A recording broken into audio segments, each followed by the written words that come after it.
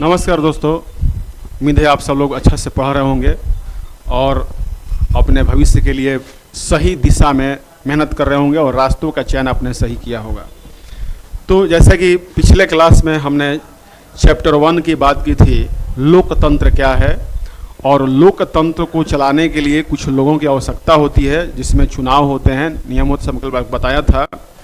लेकिन इसमें सबसे बड़ी बात है कि लोकतंत्र में जो शासक बनाए जाते हैं या लोकतंत्र की स्थापना की जाती है, तो लोकतंत्र को कायम रखने के लिए और उसे सुचारू ढंग से चलाने के लिए जरूरी होते हैं नियम, कायदे और कानून का। जब तक किसी भी संगठन को, किसी भी सत्ता को या हमारे देश के में लोकतांत्रिक जो शासन व्यवस्था, इसको चलाने के लिए हम लोग नियम बनाते हैं, कानून बनाते हैं। इसे हम लोग शाब्दिक रूप से संविधान कहते हैं। तो भारत के लिए संविधान कैसा होगा, कौन बनाएगा, इसके लिए बहुत बड़ी एक विस्तृत चर्चा है। आप देख रहे हैं कि चैप्टर जो 2 है 9th क्लास की, इसमें बहुत सी बातें की गई हैं कि विदेशों में कहाँ पर संविधान का निर्माण कैसे किया गया है, क्या किया गया है। ये सब NCERT में चर्चा किया हुआ है।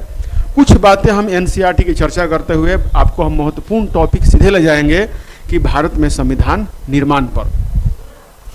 तो इस क्लास में हम लोग पढ़ेंगे कि आखिर संविधान का निर्माण क्यों आवश्यक है। संविधान निर्माण जो है, इसके परिचय थोड़ा सा हम लोग NCERT के अनुसार जान लें। जो बच्चे अभी स्टार्टअप किए होंगे वो भी समझ में आएंगे, और जो लोग बड़े हैं BPS UPS तैयारी कर रहे हैं उनको भी थोड़ा सा रिवाइंड हो जाएगा।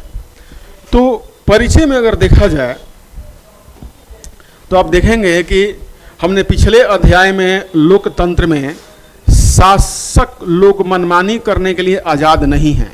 लोकतांत्रिक व्यवस्था में जो शासक हैं वो नियमों से बंधे हुए हैं। कुछ बुनियादी नियम हैं जिनका पालन नागरिकों और सरकार दोनों को करना होता है, जैसे मूल कर्तव्य है वो सबके लिए है।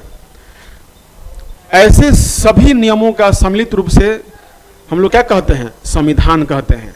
देश का सर्वोच्च कानून होने की हैसियत से संविधान नागरिकों के अधिकार, सरकार की शक्ति और उसके कामकाज के तौर तरीकों का निर्धारण करता है। मतलब कि लोकतांत्रिक व्यवस्था में सरकार कैसे काम करेगी, लोगों के लिए क्या नियमावली होंगे, ये सबका जो मिला जुला रूप है, जो नियम, कायदे, कानून है, वही क्या है, संविधान है। इस अध्याय में लोकतंत्र के संवैधानिक स्वरूप पर कुछ बुनियादी सवाल उठाए जाएंगे। हमें संविधान की जरूरत क्यों होती है, संविधान बनते कैसे हैं, उन्हें कौन बनाता है और किस तरीके से बनता है, किसी लोकतांत्रिक देश के संविधान का आकार देने वाले मूल्य कौन कौन से होते हैं, एक बार संविधान बन जाने के बाद क्या हम बाद में बदलती स्थितियों के अनुरूप उसमें बदलाव कर सकते हैं।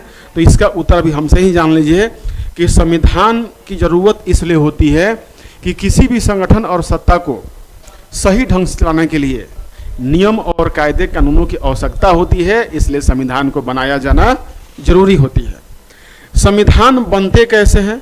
भारत में संविधान की जो प्रक्रिया है वो वयस्क मताधिकार के आधारों पर संविधान सभा के सदस्यों का चुनाव हुआ, उसमें से अध्यक्ष नियुक्त किए गए और इस तरह से भारतीय संविधान सभा का निर्माण किया गया था। इन्हें बनाने वाले अगर डायरेक्ट कहा जाए तो भारतीय संविधान बनाने वाले हमारे भारतीय नागरिक ही हैं, क्योंकि वे जब अपने वयस्क मताधिकार के आधार पर प्रतिनिधियों को चुनते हैं कि ये जाके मेरे लिए नियम बनाएंगे, तो मूल रूप से क्या हुआ, वहीं कि जनता जब प्रतिनिधि को चुनती है और वहीं शासन करते हैं, तो ये जनता का ही शासन है। तो भारत के जनता ने स्वयं अपने लिए कानून बनाएंगे या बनाए, या हमारे जवाहरलाल नेहरू ने भी अपने प्रथम मांग में रखा था, जिसकी चर्चा हम आगे में करेंगे। इन्हें कौन बनाता है, तो भारतीय नागरिक, इसके प्रतिनिधि।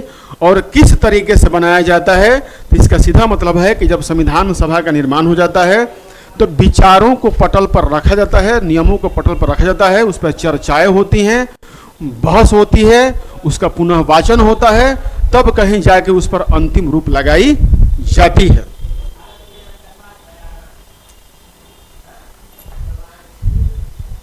और किसी लोकतांत्रिक देश के संविधान का आकार देने वाली मूल्य कौन कौन सी है। तो किसी भी देश में, लोकतांत्रिक देश के संविधान का आकार का मतलब होता है कि उस देश की इतिहास क्या है, संस्कृतियाँ कैसी हैं, वेशभूषा कैसे है, जाति धर्म कैसे है, उस राष्ट्र का भी डिमांड क्या है, कितना आगे बढ़ना है, आज़ाद नया नया हो रहा है तो उसको कैसे नियम है, इन सब चीज़ों को ध्यान में रखा जाता है।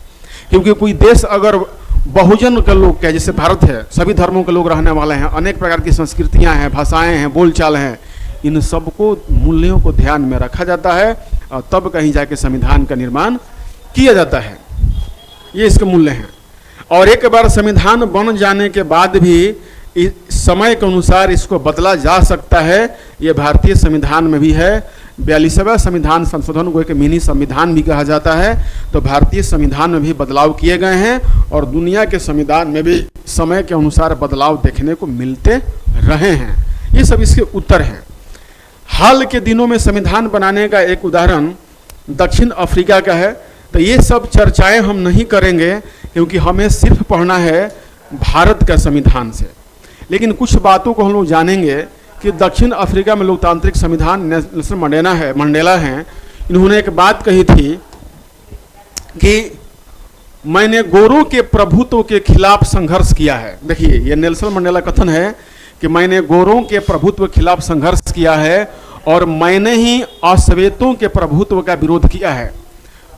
मैंने एक ऐसे लोकतांत्रिक और स्वतंत्र समाज की कामना की है जिसमें सभी लोग पूरे मेल जोल के साथ रहें और सबको समान अवसर उपलब्ध हों।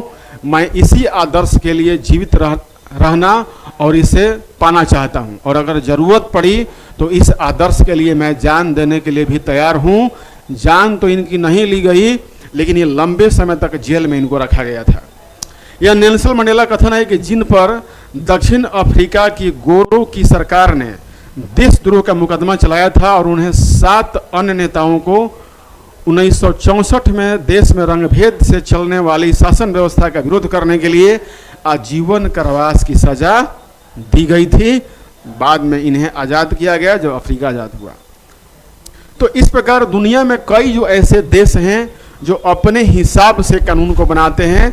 नेल्सन मंडेला अफ्रीका में ऐसे ही संविधान अपने लोगों के हितों के लिए पारित कराया था और भारत में भी ऐसे ही संविधानों का निर्माण भारतीयों द्वारा ही किया गया था। एक चीज मैं आपको यहाँ जानकारी दे दूं कि भारत में संविधान का जो निर्माण था, जो संविधान का जो विचार था,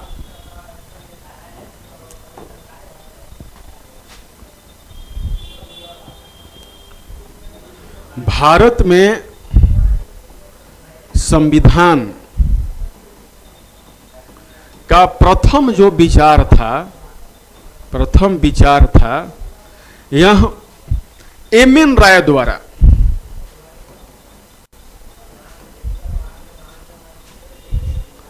एम.एन. राय कहीं कहीं आर या RAY लिखा होता है। एम.एन. राय द्वारा लाया गया था 1934 में पहली बार। 1934 में ये जो एम.एन. राय थे लेफ्ट के एक बहुत ही प्रखर नेता थे और इनका यह मानना था कि भारतीय लोगों के लिए भारत के लोगों द्वारा निर्मित एक संविधान होना चाहिए कि अगर भारत को अगर डोमिनियन शासन में भी रहना पड़ता है, उस समय चूंकि देश आज़ाद नहीं हुआ था, ब्रिटिश भारत था उस समय 1934 में, तो उन्होंने भारतीयों के लिए एक संविधान की मांग की थी कि उस संविधान को ब्रिटिश भारत क्या करे, बनाए और उस पर देश का शासन चलाया जाए। लेकिन 1935 में भारतीय कांग्रेस ने पहली बार संविधान सभा के निर्माण के लिए आधिकारिक आंदोलन किया था। ध्यान रखिएगा, जब इन्होंने 34 में मांग किया तो 1935 में इंडियन नेशनल कांग्रेस, भारतीय राष्ट्रीय कांग्रेस ने संविधान सभा के लिए प्रखर रूप से मांग करना शुरू कर दिया और आधिकारिक रूप से संविधान सभा के गठन की मांग की थी 1938 में। 1938 में पंडित JL नेहरू ने इस बात को मुखर होकर कहा कि भारतीयों के लिए जो संविधान है और सभा का जो निर्माण है वो वयस्क मताधिकार के आधार पर होना चाहिए। माने भारतीय लोगों के लिए जो संविधान वो बने वो भारतीयों के द्वारा ही बनाया जाए। और आगे चल के 1939 में कांग्रेस ने इसे आधिकारिक रूप से मान्यता दे दी। इंडियन नेशनल कांग्रेस ने पंडित जवाहरलाल नेहरू के मांग को क्या किया, ने स्वीकार कर लिया कि भारतीय लोगों के लिए भारतीयों के द्वारा बनाया गया एक संविधान की जरूरत पड़ेगी, और ब्रिटिश सरकार ने सैद्धांतिक रूप से भी इसे स्वीकार कर लिया। तो भारत के संविधान निर्माण की जो बात की चर्चाएं की जाती हैं, तो वो दो चार चीज़ों पर आधारित है कि सबसे पहले भारत में संविधान का विचार लाने वाला व्यक्ति कौन थे, तो उनका नाम है एम.एन. राय। एम.एन. राय द्वारा भारतीय संविधान के बारे में अपनी विचार रखी गई कि भारतीयों के लिए एक संविधान होनी चाहिए। आगे ये लेफ्ट के एक प्रखर नेता थे। 1935 में भी इंडियन नेशनल कांग्रेस ने भारतीयों के लिए संविधान को बनाना आवश्यक समझा, और 1938 में पंडित जवाहरलाल नेहरू ने इस बात पर फोकस किया कि भारतीयों के लिए संविधान भारतीयों के द्वारा ही बनाया जाएगा, और वयस्क मताधिकार के आधार पर संविधान सभा के सदस्यों का चयन किया जाएगा, और वही भारतीय संविधान को भारत के अनुसार उसका निर्माण करेंगे। आगे चल के 1939 में कांग्रेस ने इसे स्वीकार कर लिया, और अंततः ब्रिटिश भारत द्वारा भी कांग्रेस के इस विचार को मानना पड़ा, और 1940 में अगस्त प्रस्ताव के इस नाम से भी जाना जाता है, क्योंकि 1940 में भारतीय संविधान निर्माण की प्रक्रिया और संविधान के मांग को लेकर के जो आंदोलन हुए, उसे ही अगस्त प्रस्ताव भी कहा जाता है। यह प्रस्ताव था कि भारतीयों के लिए अब संविधान का निर्माण किया जाएगा, और ब्रिटिश सरकार ने 1942 में कैबिनेट मंत्री स्तर पर स्टैफोर्ड क्रिप्स को भेजा था। किस पर? Cabinet mission. 1942 में ब्रिटिश सरकार द्वारा, ध्यान रखिएगा, ब्रिटिश सरकार द्वारा भारत में संविधान के निर्माण के लिए कैबिनेट मिशन को भेजा गया। कैबिनेट मिशन को भेजा गया। अब इस कैबिनेट मिशन के जो अध्यक्ष थे, उनका नाम था सर स्टैफोर्ड क्रिप्स, इसलिए कुछ लोग इसे क्रिप्स मिशन या क्रिप्स प्रस्ताव भी कह देते हैं। तो कैबिनेट मिशन में जो सदस्य थे, इसमें पहले थे सर स्टैफोर्ड क्रिप्स।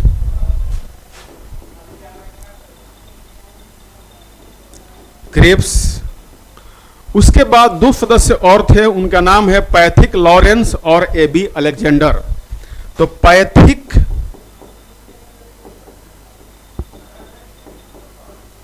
लॉरेंस और तीसरे थे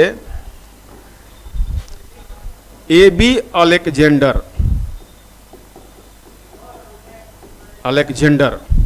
ये तीन नाम कैबिनेट मिशन में, स्टैफोर्ड क्रिप्स, पैथिक लॉरेंस और ए.बी. अलेक्जेंडर, ये तीन लोगों का जो टीम है वो भारत में आया और भारतीयों के लिए संविधान बनाने की बात कही।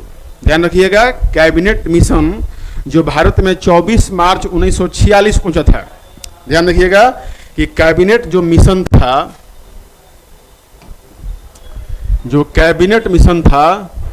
वो 24 मार्च 1946 को भारत पहुंचा।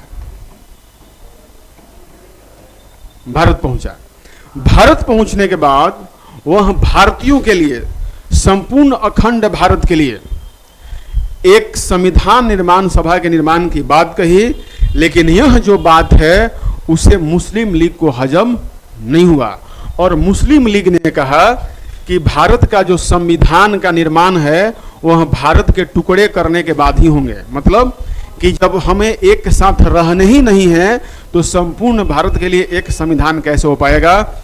और मुस्लिम लीग इस प्रस्ताव को क्या किया, ठुकरा दिया कि भारत का संविधान एक नहीं हो सकता है, और संपूर्ण भारत के लिए, जिसमें पाकिस्तान मुझसे जुड़ा हुआ था, उसके लिए संविधान एक नहीं हो सकता है। लेकिन आगे चल करके मिशन के अध्यक्ष क्रिप्स द्वारा कुछ ऐसे बातें कही गई जो मुस्लिम लीग संविधान निर्माण करने के लिए क्या हो गए, तैयार हो गए, और मुस्लिम लीग काफी हद तक क्या हुआ, संतुष्ट हो गया कि नहीं, अगर हमारे लिए कुछ विशेष प्रपोजल और प्रावधान अलग से जोड़े जाते हैं तो हम संविधान सभा को स्वीकृत कर सकते हैं। तो इस आधार पर भारतीय संविधान की मांग को माना गया और कैबिनेट मिशन भारत में संविधान निर्माण के प्रस्ताव को मंजूरी देकर के पुनः वापस लौटा, लेकिन इसका आगे चल के बहुत ज़्यादा विरोध भी हुआ। अब नेक्स्ट टॉपिक जो संविधान सभा का गठन है वो मैं आपको नेक्स्ट क्लास में बताऊंगा, लेकिन तब तक आप एनसीईआरटी कुछ और पेज को देखें।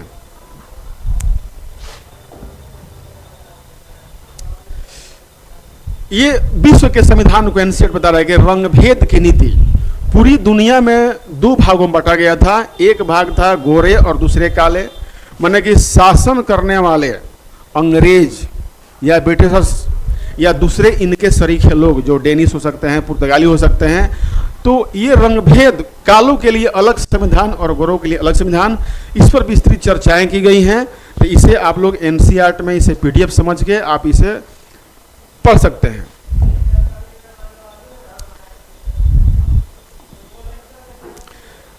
अब हमें संविधान की जरूरत क्यों पड़ती है, तो इसका मैंने आपको बिल्कुल ही शॉर्ट में बताया था कि संविधान जरूरी इसलिए है कि किसी भी देश के लोकतांत्रिक व्यवस्था को चलाने के लिए या शासन व्यवस्था चलाने के लिए नियम, कायदे और कानून बहुत जरूरी है, और वो अपने देश की स्थिति और डिमांड के आधार पर सभ्यताओं उसकी जरूरत पड़ती है। अब यहाँ पर वही टॉपिक आ गया है कि भारतीय संविधान का निर्माण यह एनसीईआरटी के अनुसार कैसा है, इसको थोड़ा देखा जाए। दक्षिण अफ्रीका की तरह भारत का संविधान भी बहुत कठिन परिस्थितियों के बीच बना। भारत जैसे विशाल और विविधता भरे देश के लिए संविधान बनाना आसान काम नहीं था। भारत के लोग तब गुलाम की हैसियत से निकलकर नागरिक की हैसियत पाने जा रहे थे। देश ने धर्म के आधार पर हुए बंटवारे की विभीषिका झेली और भारत और पाकिस्तान के लोगों के लिए बंटवारा भारी बर्बादी और दहलाने वाली अनुभव था। विभाजन से जुड़ी हिंसा में सीमा के दोनों तरफ कम से कम 10 लाख लोग मारे जा चुके थे। एक बड़ी समस्या और भी थी कि अंग्रेजों ने देशी रियासतों के शासकों को यह आज़ादी दे दी थी कि भारत या पाकिस्तान जिसमें इच्छा हो अपनी रियासत का विलय कर दे या स्वतंत्र रहे। इन रियासतों का विलय मुश्किल और अनिश्चय भरा काम था। जब संविधान लिखा जा रहा था तब देश की भविष्य इतना सुरक्षित और चैन भरा नहीं लगता था जितना आज है। संविधान निर्माताओं को देश के वर्तमान और भविष्य की चिंता थी। संविधान निर्माण का रास्ता कैसे मिला? सारी मुश्किलों के बावजूद भारतीय संविधान निर्माताओं को एक बड़ा लाभ था। दक्षिण अफ्रीकी में जिस तरह संविधान निर्माण के दौर में ही सारी बातों पर सहमति बनानी पड़ी, वैसी स्थिति उस समय के भारत में नहीं था। भारत में आज़ादी की लड़ाई के दौरान ही लोकतंत्र समेत अधिकांश बुनियादी बातों पर राष्ट्रीय सहमति बनाने का काम हो चुका था। आगे देखेंगे तो 1928 में ही मोतीलाल नेहरू और कांग्रेस के 8 अन्य नेताओं ने भारत का एक संविधान लिखा था। 1931 में कराची में हुए भारतीय राष्ट्रीय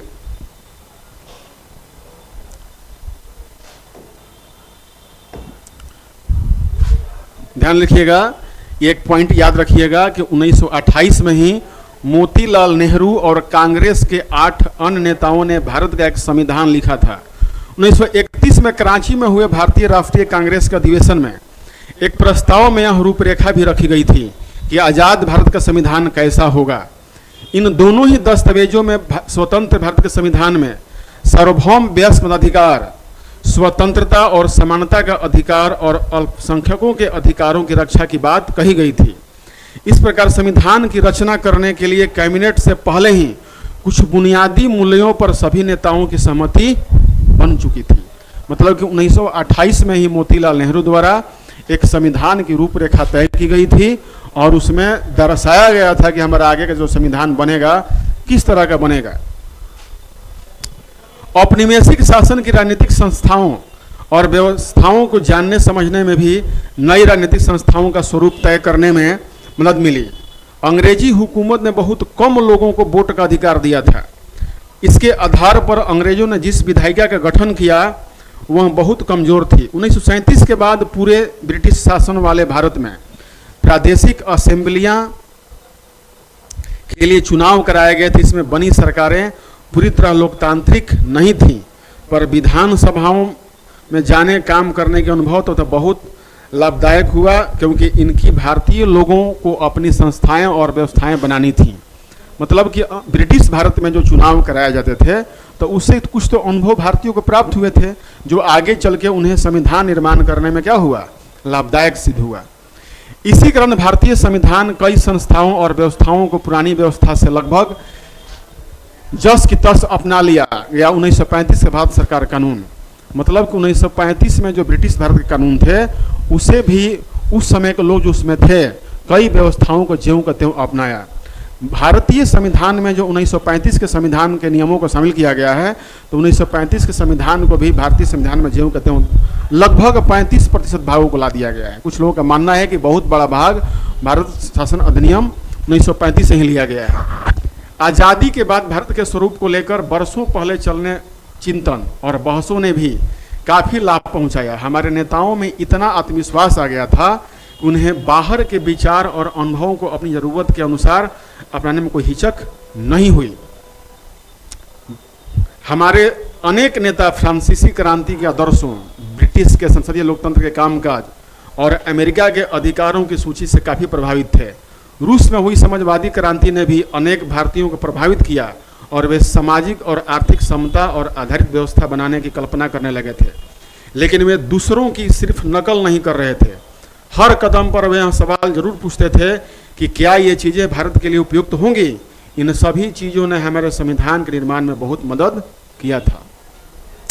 अब हमारे संविधान सभा कैसे बना, फिर भारत के संविधान के निर्माता कौन थे, किन्होंने भारत के संविधान को बनाया। यह आपको संविधान बनाने में प्रमुख भूमिका निभाने वाले कुछ नेताओं के बारे में संक्षेप में जानकारी दी जा रही है। चुने गए जनप्रतिनिधियों ने जो सभा संविधान नामक विशाल दस्तावेजों को लिखने का काम करती है उसे संविधान सभा कहा गया।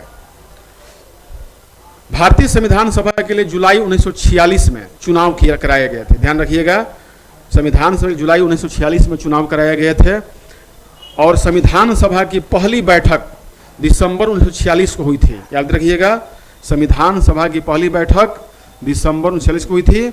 इसके तत्काल बाद देश दो हिस्सों में, भारत और पाकिस्तान में बंट गया और संविधान सभा भी दो हिस्सों में बंट गई। भारत का संविधान सभा और पाकिस्तान की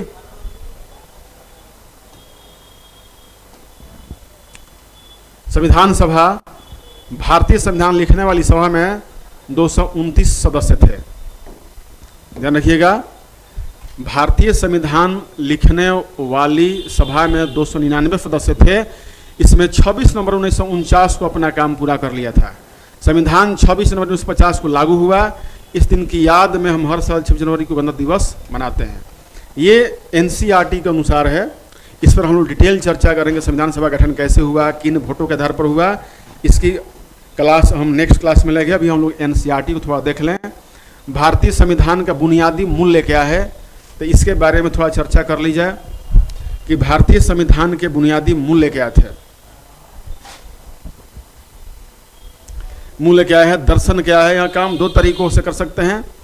तो बात यही है कि संविधान और वायदे, आप में से कुछ को भारतीय संविधान निर्माताओं की सूची में एक बड़ा नाम होने पर हैरानी हुई होगी, यानी महात्मा गांधी का नाम। वे संविधान सदस्य नहीं थे, पर संविधान सभा के अनेक सदस्य उनके विचारों के अनुयायी थे और 31 में अपनी पत्रिका यंग इंडिया में उन्होंने संविधान सभा की अपनी अपेक्षा के बारे में लिखा था। माने महात्मा गांधी का यह कथन है, उन्होंने क्या कहा था, इसको जानिए। मैं भारत के लिए ऐसा संविधान चाहता हूं जो उसे गुलामी और अधीनता से मुक्त करे। मैं ऐसे भारत के लिए प्रयास करूंगा जिसे सबसे गरीब भारतीय भी अपनी मांगे और उसे लगे कि देश अपना माने और उसे लगे कि देश को बराबरी सी उम्मीद थी। थोड़ा इसे पढ़ने में दिक्कत हो रहा है, इसको आप लोग पढ़ सकते हैं अपने बुक्स में। ऐसा भारत देखने में लोगों का उच्च विचारों पर काम कर सके। तो इसे आप लोग थोड़ा सा पढ़ें, यहाँ पर डिस्टर्ब हो रहा है, या इसमें आपको स्पष्ट दिख जाएगा कि मैं भारत के लिए ऐसा संविधान चाहता हूँ जो उसे गुलामी और अधीनता से मुक्त करे। मैं ऐसे भारत के लिए प्रयास करूंगा जिसे सबसे गरीब व्यक्ति भी अपना माने और उसे लगे कि देश के बनाने में उसकी भी भागीदारी है। ऐसा भारत जिसमें लोगों का उच्च वर्ग और निम्न वर्ग न रहे। ऐसा भारत जिसमें सभी समुदाय के लोग पूरे मेल जोल से रहे।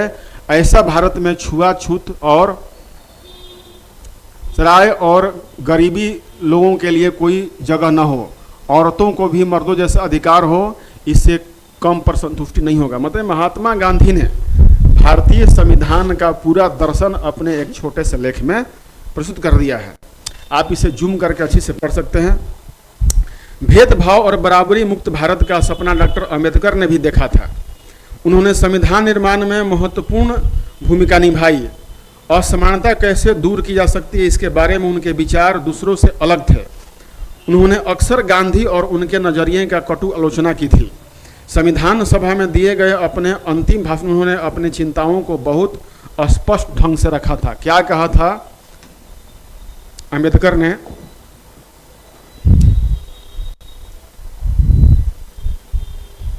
तो इसे आप डिटेल रूप से पढ़ें, ये समय भी जाया करेगा और आप आसानी से इसे पढ़ सकते हैं। इसमें पूरा विचार है अंबेडकर का। आखिर में आइए हम 15 अगस्त 1947 के मध्यरात्रि के समय संविधान में दिए गए जवाहरलाल नेहरू के भाषण। देखिए, ये ऊपर वाला जो टॉपिक दिया हुआ है यह सुभाष चंद्र बोस की बात करता है और नीचे वाला जवाहरलाल नेहरू की ये भाषण के अंग है। तो इस तरह से हमारे भारतीय संविधान का निर्माण किया गया और नेक्स्ट क्लास में आपको हम बताएंगे कि भारतीय सभा गठन कैसे हुआ, संविधान सभा की कार्य प्रणाली क्या है, इसकी चर्चा हम लोग जोरों से करेंगे। तब तक आप देखें कि संविधान सभा की उद्देशिका क्या है। तो इसमें इस पर थोड़ा सा हम चर्चा कर दें कि भारत का संविधान का उद्देशिका है, जिसे हम लोग प्रस्तावना भी कहते हैं, कि हम भारत के लोग भारत को एक संपूर्ण प्रभुत्व संपन्न समाजवादी पंथनिरपेक्ष लोकतंत्रात्मक गणराज्य बनाने के लिए तथा उसके समस्त नागरिकों को सामाजिक, आर्थिक और राजनीतिक न्याय, विचार, अभिव्यक्ति, विश्वास, धर्म और उपासना की स्वतंत्रता, प्रतिष्ठा और अवसर की समता प्राप्त करने के लिए तथा उन सब में उनकी गरिमा को देखने की बात की जाती है। तो अभी तक के लिए इतना ही। नेक्स्ट क्लास में आपको हम और इस पर चर्चा करेंगे।